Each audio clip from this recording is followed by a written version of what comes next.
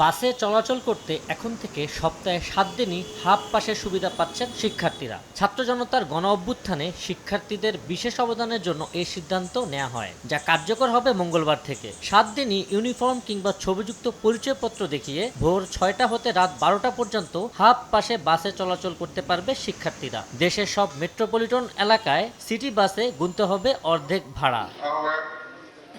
সোমবার রাজধানীর রমনার engineering institute মিলনায়তনে যানজট নিরসন সহ সড়কে শৃঙ্খলা ফেরাতে পরিবহন মালিক ও শ্রমিকদের নিয়ে সচেতনতামূলক সেমিনারে এই ঘোষণা দেন ঢাকা সড়ক পরিবহন মালিক সমিতি। তবে মেট্রো রেল ও নৌপথে হাফ ভাড়া করার আহ্বান নিরাপদ সড়ক আন্দোলনের। বাসে ছাত্রদের হাফ ভাড়া সপ্তাহে 5 দিনের স্থলে 7 দিন আগামী করল অর্থাৎ 24শে সেপ্টেম্বর 2024 থেকে কার্যকর হবে সকাল 6টা থেকে রাত 12টা পর্যন্ত। সকল গণপরিবহনে শুধুমাত্র বাস না, নৌপথ, রেলপথ এবং মেট্রো রেলে সর্ব জায়গায় শিক্ষার্থীদের জন্য হাফ পাস বাস্তবায়ন করতে হবে। এদিকে বাসে হাফ পাসের সিদ্ধান্তে খুশি শিক্ষার্থী ও অভিভাবকরা। রাত 12টা পর্যন্ত হাফ পাস থাকে, তাহলে আমাদের মতো সাধারণ শিক্ষার্থীদের সুবিধা হয় অনেক। যেহেতু বাসে কার্যকর হচ্ছে, এটা অবশ্যই আমরা সবাই আনন্দিত।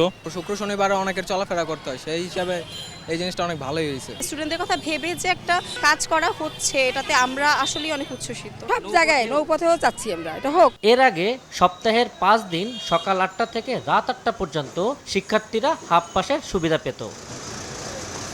আবু সাইদ নিশান, সময় সংবাদ, ঢাকা।